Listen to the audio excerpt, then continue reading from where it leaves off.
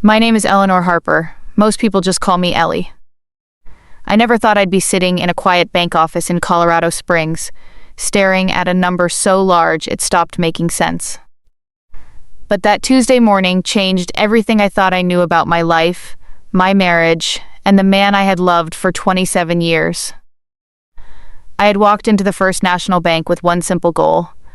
I wanted to close our joint savings account. It was the very last financial thread connecting me to my husband Richard, who had passed away 16 months earlier. I thought there was maybe $400 left in it. Money we had once set aside for a vacation we never quite took. I was ready to close that chapter. I was ready to stop seeing his name next to mine on every piece of paper. The young teller smiled at me politely, typed in the account number, and then her expression changed. Just a little. A small tightening around her eyes. She excused herself and returned a minute later with the branch manager, Mr. Caldwell. He was in his late 50s, calm and professional, but I could tell something was wrong. The moment he shook my hand. "Mrs. Harper," he said gently, leading me into a small private office. "Before we proceed with the closure, I need to ask, have you seen the current balance on this account?" I gave a small, tired smile. It should be around $400, give or take. We hadn't used it much. He turned his computer monitor toward me without saying another word. The number on the screen read $24,087,463.82. I remember the exact amount because I stared at it until the digits started to blur. $24 million. In an account I believed held spare change for a vacation. My breath caught somewhere in my throat. The room felt suddenly too small, the air too thick. I didn't scream, I didn't cry. I just sat there, perfectly still, while my mind tried to catch up with what my eyes were seeing. If you've ever had the ground disappear beneath your feet while the rest of the world kept turning, you know exactly how that moment feels. That quiet, devastating pause where nothing makes sense anymore. Mr. Caldwell spoke carefully as if he were handling fragile glass. "Mrs. Harper, are you aware of the source of these funds?" I shook my head slowly. The word came out small. "No." He nodded, giving me a moment. He explained that significant activity had occurred over the past 4 years. Large deposits, occasional transfers, and that before any withdrawal or closure could happen, there would need to be a review. He recommended I speak with an attorney. His voice was kind, but I could hear the caution underneath it. I thanked him, somehow managed to stand up, and walked out of the bank on legs that didn't feel like my own. The spring sunlight felt too bright on my skin. The ordinary sounds of traffic and people chatting on the sidewalk seemed far away, like they belonged to someone else's life. I sat in my car in the parking lot for a long time, hands resting on the steering wheel, staring at nothing. $24 million. Richard's name. My name. A joint account I had barely thought about since his funeral. That was the moment I realized my husband had been living a life I knew nothing about. Hi everyone, it's Ellie. If you're here for the first time, welcome. Pull up a chair, make yourself comfortable. This isn't the kind of story I ever imagined telling. But if you've ever been blindsided by someone you trusted completely, or if you've ever had to rebuild your life from secrets you never asked for, then I think you'll understand why I'm sharing this now. For 27 years, I believed I knew my husband. I believed I knew our life together. But that day at the bank taught me that sometimes the biggest truths are hidden in the most ordinary places. If this opening already has your heart beating a little faster, I want you to know you're not alone. Stick with me, because this is only the beginning. I drove home that afternoon in complete silence. The radio stayed off. All I could hear was the sound of my own breathing and the quiet hum of questions I had never thought to ask before. And that, dear friends, is where my real story begins. Before that day at the bank, my life was quietly beautiful in the way only ordinary days can be. We lived in a modest craftsman-style home on the edge of Colorado Springs, the kind with a wide front porch and a backyard garden I had nurtured for over 2 decades. I worked as a patient advocate at the regional cancer center, helping scared families understand medical bills, insurance paperwork, and treatment options. It wasn't glamorous work, but it felt meaningful. Richard used to say, I had the patience of a saint.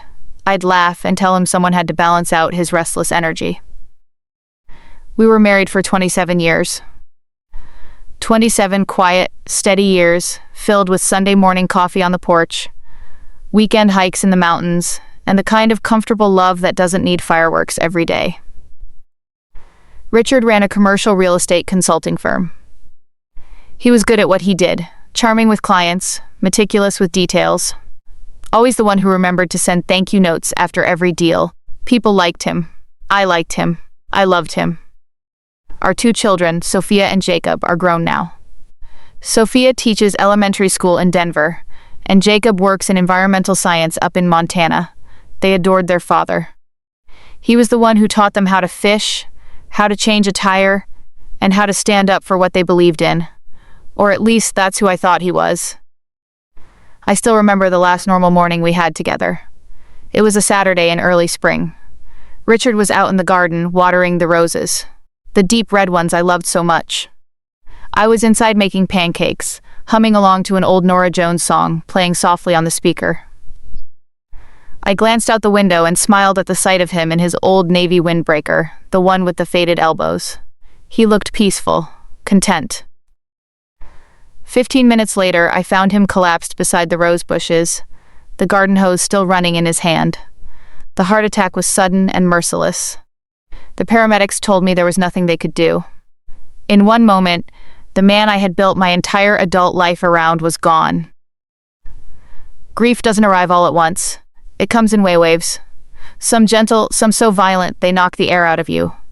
For months after the funeral, I moved through our house like a ghost. I kept his reading glasses on the side table exactly where he left them. I couldn't bring myself to wash the last coffee mug he used. I slept on his side of the bed some nights just to feel closer to him. I spent the first year doing all the things people expect you to do after losing a spouse. I probated the will. I canceled subscriptions. I sorted through his clothes and kept only a few favorites. The joint savings account was the very last item on my list. I kept putting it off because some part of me knew that closing it would make his absence feel final.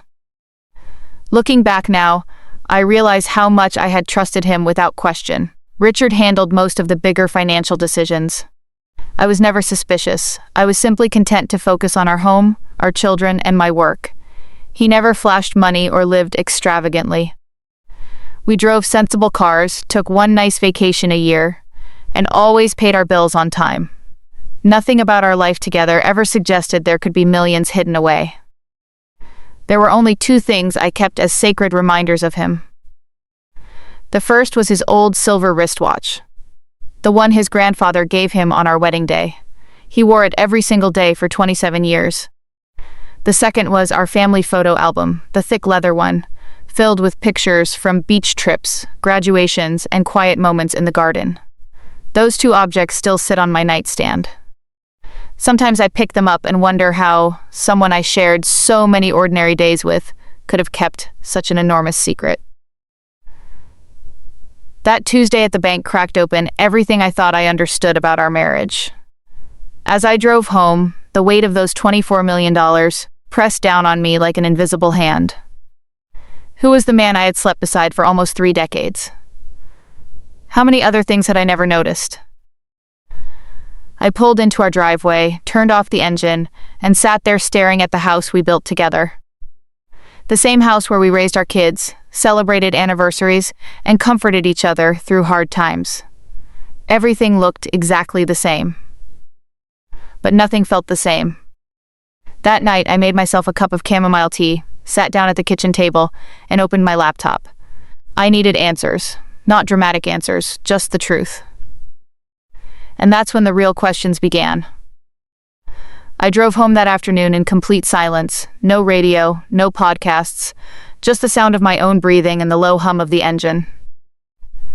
When I finally pulled into the driveway, I sat in the car for nearly 20 minutes, staring at the front door of the house Richard and I had shared for most of our marriage. The roses he had been watering that final morning were still blooming beautifully along the walkway. Life has a cruel way of continuing on as if nothing happened. Inside, everything was exactly as I had left it. His old navy windbreaker still hung on the hook by the garage door.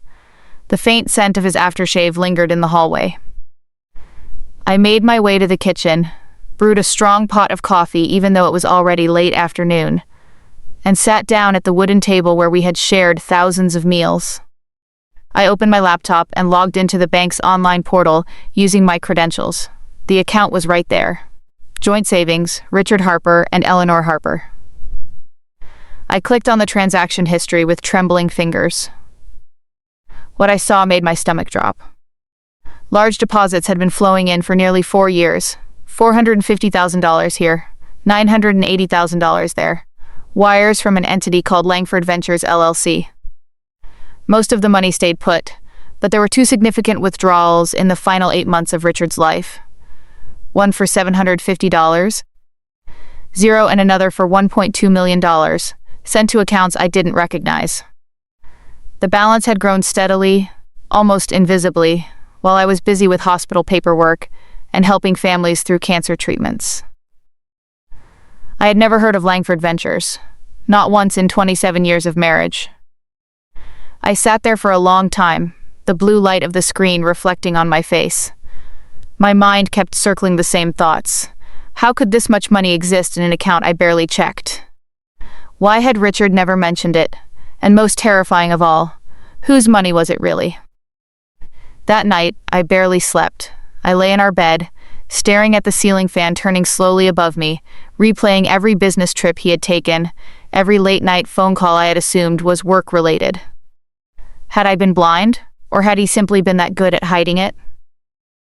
I only allowed myself 2 small flashbacks that night, nothing more. The first was his silver wristwatch on the nightstand. The one his grandfather gave him the day we got married. He never took it off. The second was our old family photo album, the thick leather one, filled with pictures of beach vacations, kids' graduations, and quiet mornings in the garden. Those 2 objects felt like the only solid ground I had left.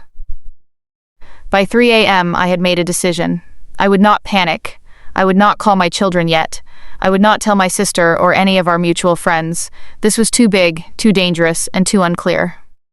I needed to understand what I was dealing with before I said a single word to anyone. The next morning, instead of going to work, I called in a personal day. I drove to a public library 2 towns away, not the one near our house. I didn't want any searches traced back to my home Wi-Fi. Call it paranoia. Call it the first wise instinct I had in this whole mess. I searched for Langford Ventures. It was a Wyoming LLC with almost no public footprint, no website, no news articles. But the name listed as managing member stopped me cold. Victor Lang. Richard's college roommate. His best man at our wedding. The man he called brother for 30 years. The same man Richard told me he had distanced himself from 6 years ago because of risky business dealings. I had accepted that explanation without question. I had trusted my husband completely. Now I was staring at millions of dollars connected directly to Victor. I closed the browser, leaned back in the stiff library chair, and took a long, slow breath. Fear was there, sitting heavy in my chest. But beneath the fear was something else, a quiet resolve forming. I was not going to close that account. Not yet. I was not going to tell anyone what I had discovered. And I was going to find out the truth carefully, quietly, and on my own terms. If you've ever had to protect yourself from the secrets of someone you love, type Cillin in the comments. I see you. I was right there with you that night. That decision, to move in silence, may have been the most important choice I made in the entire journey. Because someone else already knew the money was there, and they were watching. That morning at the library, surrounded by the quiet rustle of pages and the soft hum of computers, I forced myself to think clearly. Panic would not help me. What I needed was information and a plan. I wrote down every detail I could remember from the transaction history. Dates, amounts, the name Langford Ventures, and of course, Victor Lang. I drove home slowly, my mind turning over the pieces. Victor had been a constant presence in our lives for decades. He attended every major holiday, was there when the kids were born, and even helped Richard set up his consulting firm in the early days. They had a bond that felt deeper than friendship, more like brotherhood. When Richard suddenly announced they were taking space from each other 6 years ago, I respected it. I never pushed for details. Now that decision haunted me. Back at the house, I made myself a simple lunch I barely touched, then picked up the phone. I didn't call family. I called the one person a colleague at the cancer center had once recommended during a difficult insurance dispute, Michelle Tran. Michelle was a financial litigation attorney based in Denver. When I reached her office, her assistant managed to get me an appointment for the very next afternoon. I spent the rest of that day carefully organizing every document I could find related to Richard's estate, old tax returns, business papers, and the sparse statements from that joint savings account. The next day, I drove to Denver with a folder full of printouts on the passenger seat. Michelle's office was modern but understated. Exactly what I needed. She was in her mid-40s, sharp-eyed, with a calm presence that immediately put me at ease. I told her everything from the beginning. The bank visit, the shocking balance, the transaction history, and my discovery about Victor Lang. She listened without interrupting, taking careful notes. When I finished, she leaned back in her chair and said something I will never forget. "Ellie, the money might technically be yours because it was a joint account with right of survivorship. But truth and legality aren't always friends. Large unexplained sums like this attract attention from the IRS, from other parties, and possibly from people who believe they have a claim. We need to move carefully and intelligently."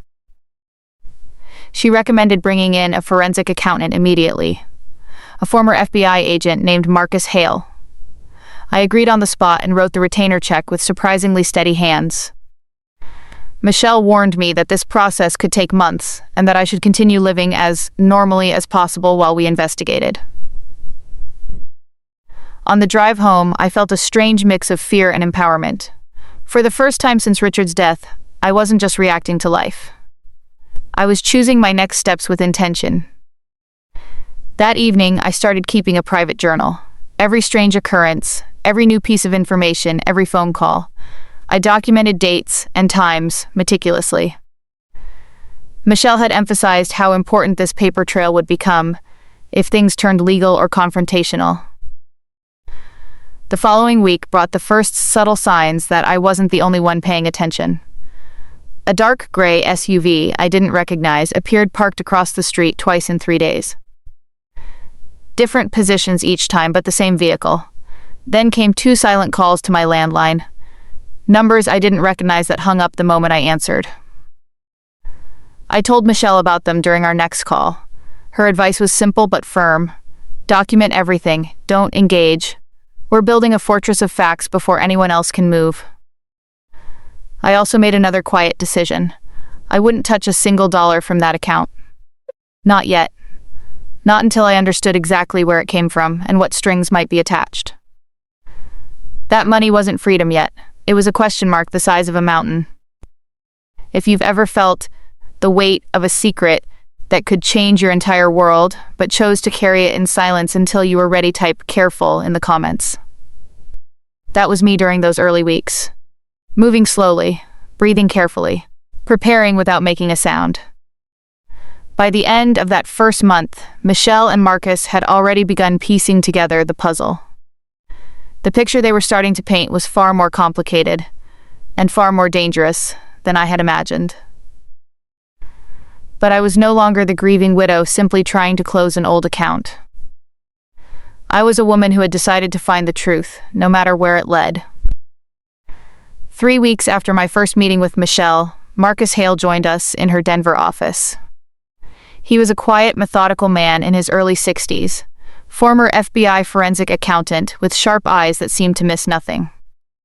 He carried a thick binder and spoke in a low, measured tone that somehow made even terrifying information feel manageable. I sat across the table as he laid everything out. Langford Ventures wasn't just some random company. It had been the central vehicle for a sophisticated kickback and money laundering scheme involving several large commercial real estate developments in Colorado and New Mexico. Richard and Victor had worked together for years. Richard's legitimate consulting firm provided the perfect, respectable cover. Victor was the connector, the one who brought in the developers, negotiated the inflated contracts, and moved the money through multiple layers. Marcus estimated that roughly $8.7 million represented Richard's accumulated share of the scheme. The rest, the majority of the $24 million, had been temporarily parked in our joint savings account while Victor restructured other parts of their network. It was never meant to stay there permanently. Then Marcus delivered the detail that cracked me open. "Ellie," he said carefully, "we've recovered communications that suggest Richard knew he was ill months before the heart attack. In those final months, he deliberately moved large sums into the joint account. One email to Victor reads, 'Ellie's name on the account makes everything look normal and clean. She never asks questions.'" I felt the words land like a physical blow. He had used me, not just hidden the truth from me. He had used my name, my trustworthiness, my ordinary life as camouflage for something illegal. The man I had slept next to, laughed with, and mourned for 16 months had knowingly placed me in the middle of this without a single warning. I didn't cry in the meeting.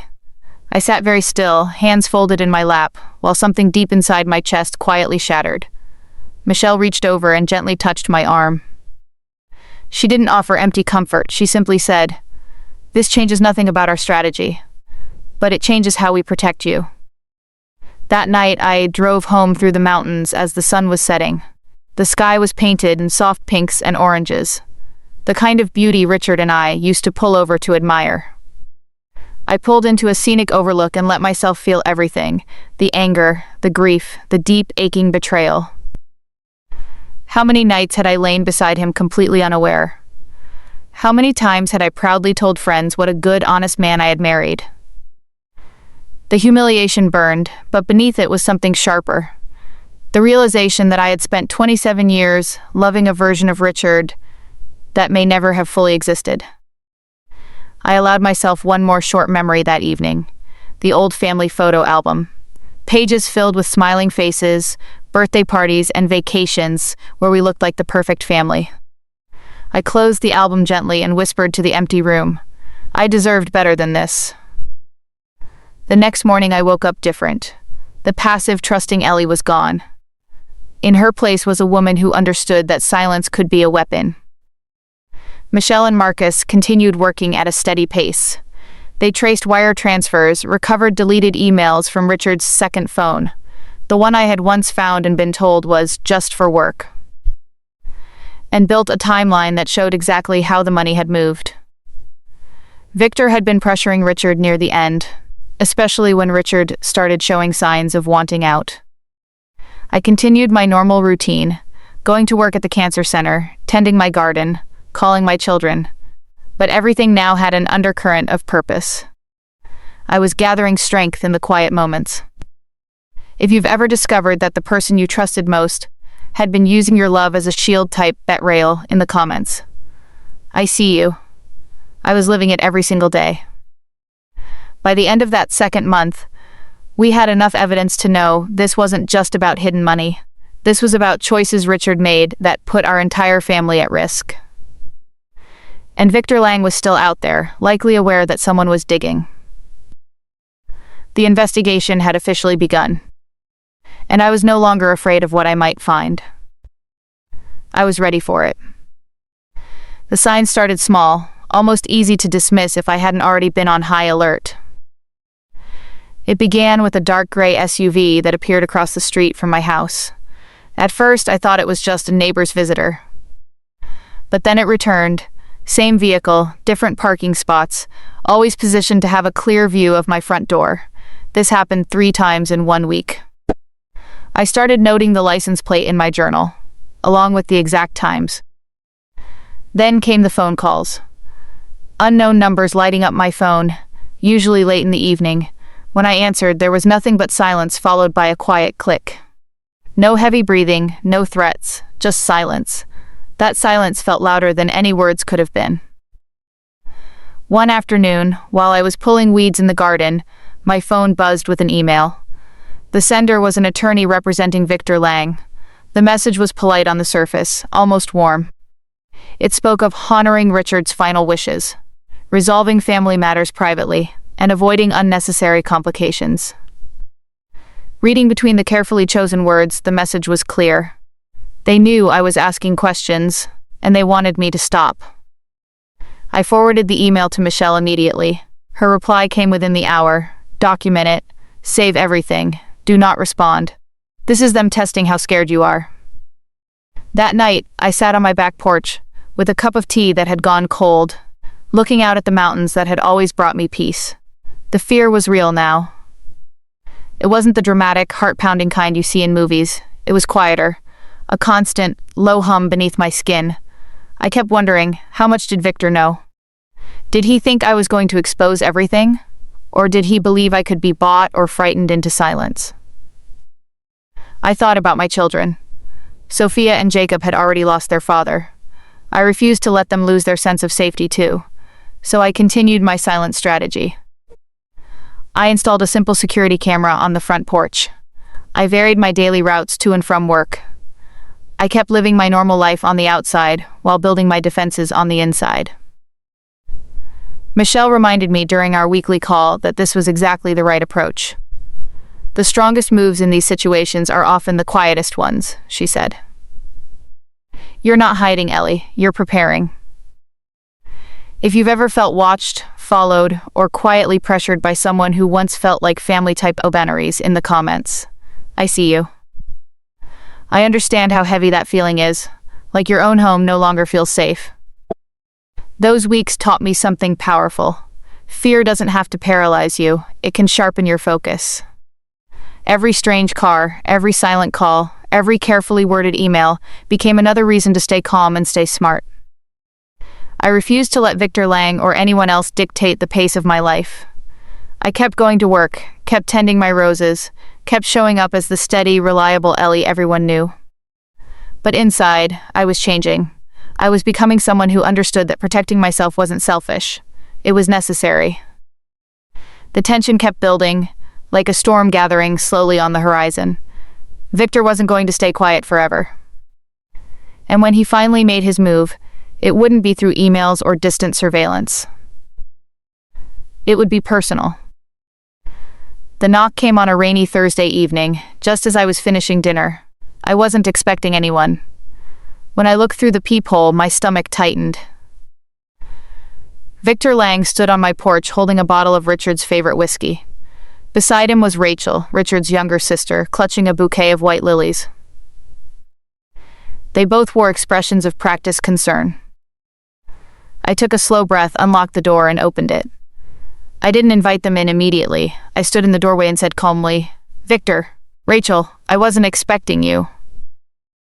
Victor smiled, that familiar, disarming smile, the one that had charmed so many people over the years.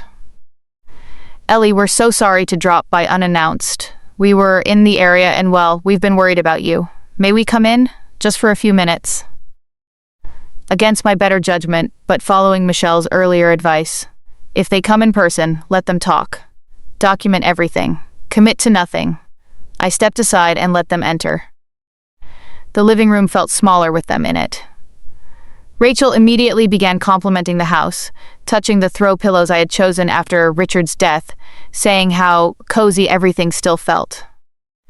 Victor set the whiskey and flowers on the coffee table and sat down on the couch like he belonged there. He looked older than the last time I had seen him. Silver at the temples, but still impeccably dressed and carrying himself with that quiet confidence. They started gently. Victor spoke first, his voice warm and laced with nostalgia. He reminisced about old times, holidays, fishing trips with the kids, how Richard had always considered him family. Rachel wiped at her eyes at the right moments, talking about how much she missed her brother and how she hated to see me struggling alone with complicated estate matters. Then Victor leaned forward, his tone shifting slightly. Ellie. We all know Richard had some intricate business arrangements toward the end. Things that could easily be misunderstood by outsiders. The money in that account is complicated. There are parties involved who have legitimate claims. But we're family. We can handle this privately, the way Richard would have wanted. No need to drag lawyers and investigators into family business. Rachel nodded, placing a hand on my arm. We're thinking of you. Ellie, the stress can't be good for you. We want to make this easy. We're prepared to offer you a fair settlement, $4 million, so you can move forward peacefully. The rest can be resolved quietly between those who understand the full picture. I listened without interrupting. I let them talk. I studied their faces. Victor was smooth, logical, and subtly threatening without ever raising his voice. Rachel played the emotional card perfectly. Together they painted a picture of loyalty, protection, and mutual benefit. When they finally paused, I looked them both in the eyes and spoke with a steadiness I didn't know I possessed. I appreciate you both coming and sharing your thoughts. I've already retained my own attorney, Michelle Tran. Any further discussion about the account or estate matters should go through her office. I won't be making any private agreements. The room went very still. Victor's smile didn't disappear completely, but it hardened at the edges. Ellie, you're making this more difficult than it needs to be. Some doors, once opened, are very hard to close again. Richard wouldn't have wanted you exposed like this. I stood up slowly. Then it's a good thing I'm the one deciding now. Thank you for coming. I'll walk you out. They left without another word. As soon as their car disappeared down the street, I locked the door, leaned my back against it, and let out a long, shaky breath. My hands were trembling. I walked to the kitchen, poured myself a glass of water, and sat down at the table. The anger came first, hot and sharp, then the grief, heavy and familiar. But underneath it all was something new, clarity. Victor hadn't come as family. He had come as a man trying to protect his own interests, and Rachel had chosen her side. I picked up my journal and wrote down every word I could remember from the conversation, the exact time they arrived and left, and every detail of their body language. Then I sent a detailed summary to Michelle. That night I barely slept. I kept replaying Victor's words about doors that are hard to close. I thought about my children, my home, the life I was trying to rebuild. But I also thought about the woman I was becoming, someone who refused to be managed or manipulated anymore. If you've ever had someone you once trusted sit in your living room and try to rewrite reality, type "stand firm" in the comments. That evening, I learned that real strength doesn't always roar. Sometimes it simply refuses to bend. The uninvited visit marked a turning point. They had shown their hand. Now I knew exactly who I was dealing with. And I was more determined than ever to see this through. The months that followed Victor and Rachel's visit stretched out like a long, quiet winter. 7 months of careful waiting, meticulous preparation, and learning to live with uncertainty. I continued showing up at the cancer center, helping families navigate their hardest days, while inside I was fighting my own silent battle. I tended my garden every weekend, went on walks in the mountains, and spoke with Sophia and Jacob on the phone, never mentioning the full truth yet. I wanted to protect them until I had something solid. Michelle and Marcus worked steadily behind the scenes. They gathered bank records, forensic analysis of Richard's second phone, deleted emails, and wire transfer trails. I attended meetings, reviewed documents, and practiced answering difficult questions. Michelle prepared me like a coach, preparing an athlete for the biggest game of their life. Tell the truth, Ellie, she kept reminding me. The truth is your strongest defense. The deposition finally arrived on a cold February morning in a federal building in Denver.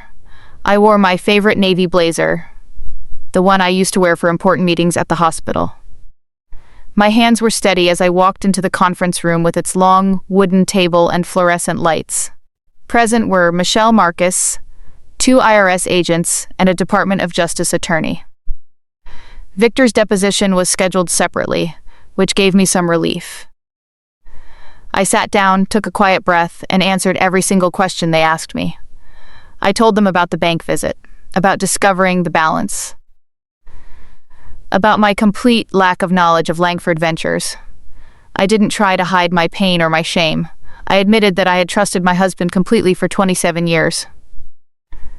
When they asked about the communications where Richard used my name as cover, I felt the sting again, but I spoke clearly.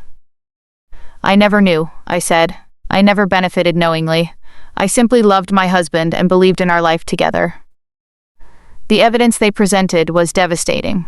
Recovered text messages between Richard and Victor. Emails discussing keeping things clean by using the joint account. Timelines showing how money moved right before Richard's death. I watched the agents' faces as they reviewed the documents. The room felt heavy with facts that could no longer be denied. I wasn't there for Victor's deposition, but Michelle called me that evening with an update. Victor had arrived with 2 attorneys and his usual confidence.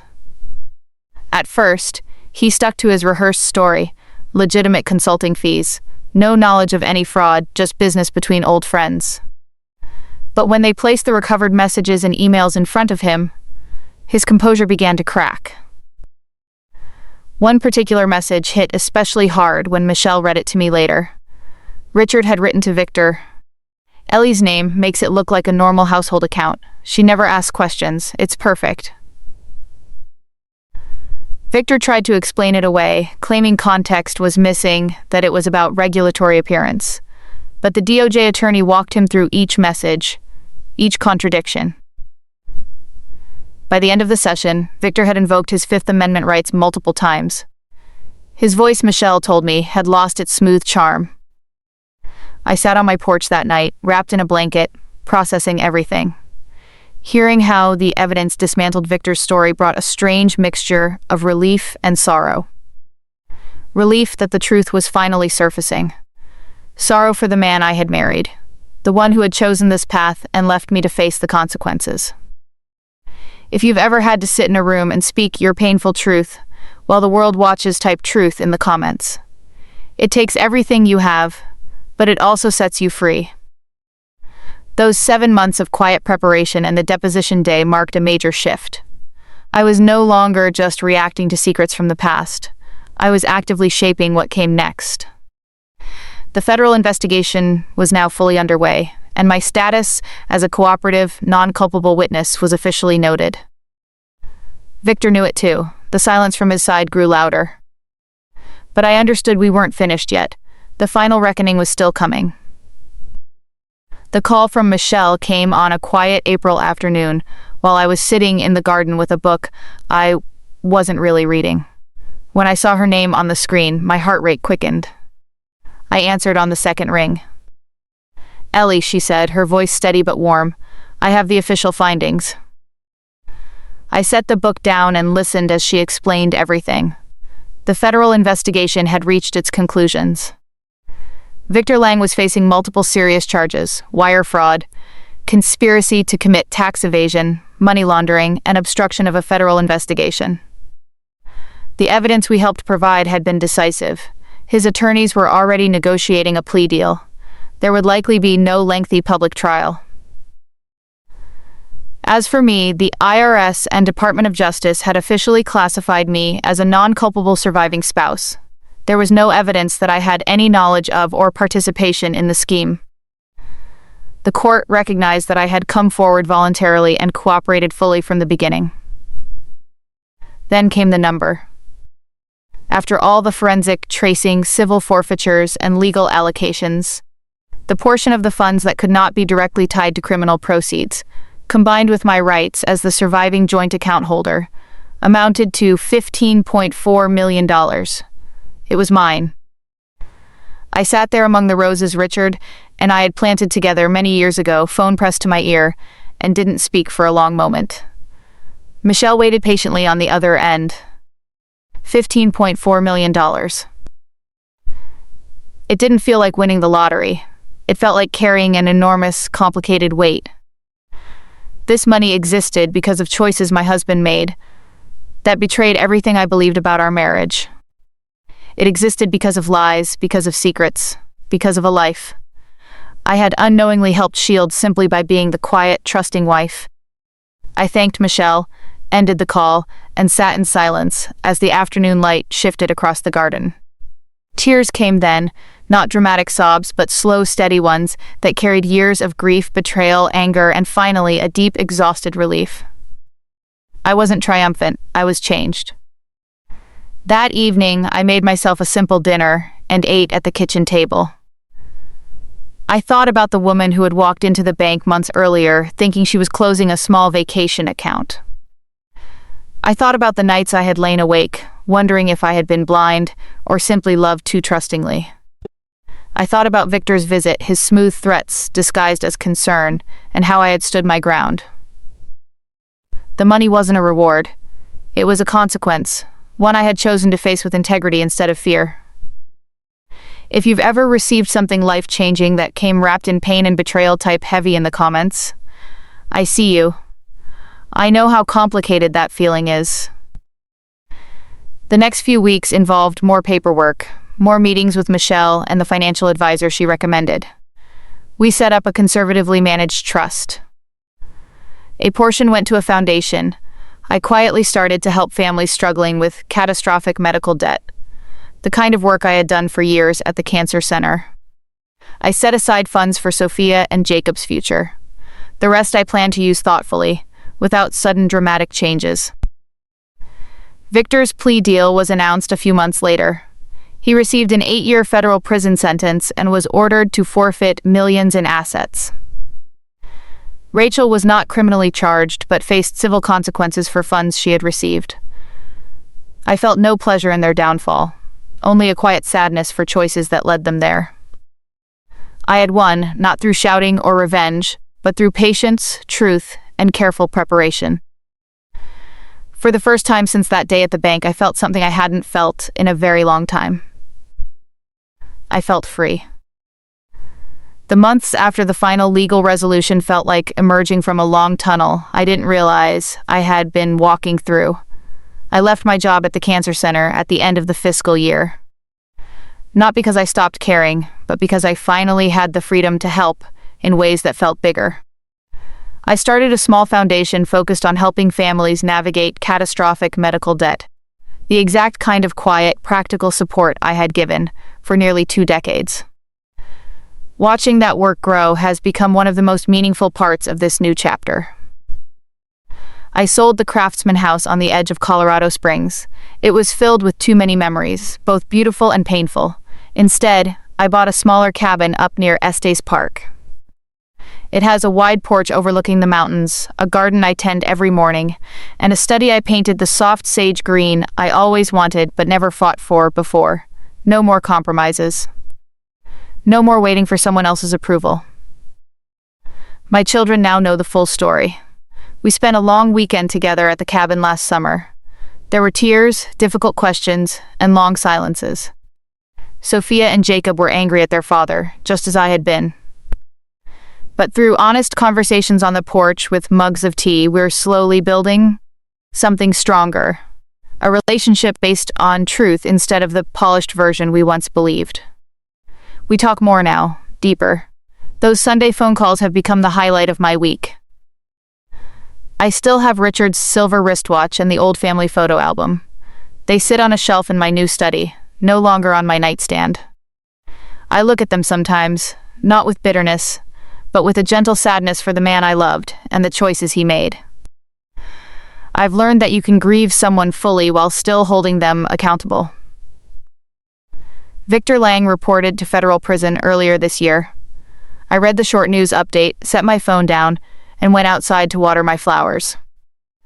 I feel nothing dramatic toward him anymore. No hate, no satisfaction. Just the quiet understanding that every choice carries its own consequences. If you've ever had to rebuild your life after discovering the person you trusted most wasn't who you thought they were, type rebuild in the comments. I see you. I'm still rebuilding too, one peaceful morning at a time. Here's what I want you to take from my story. You don't have to scream to be powerful. Sometimes the strongest thing you can do is choose silence until you're ready, Speak truth when it matters, and refuse to let someone else write the ending of your life. I walk these mountain trails now with a steadiness I never had before. I sit on my porch watching the light change across the peaks, and I feel something I hadn't felt in decades, completely, quietly myself. Thank you for sitting with me through all 10 parts of this story. If it touched something deep inside you, if it made you feel less alone in your own silent battles, please let me know. Share one word that describes what you're feeling right now. Drop a heart if you believe in quiet strength. And remember, no matter how heavy the secret feels today, you are stronger than you know. This is Ellie Harper signing off with more peace in my heart than I ever thought possible.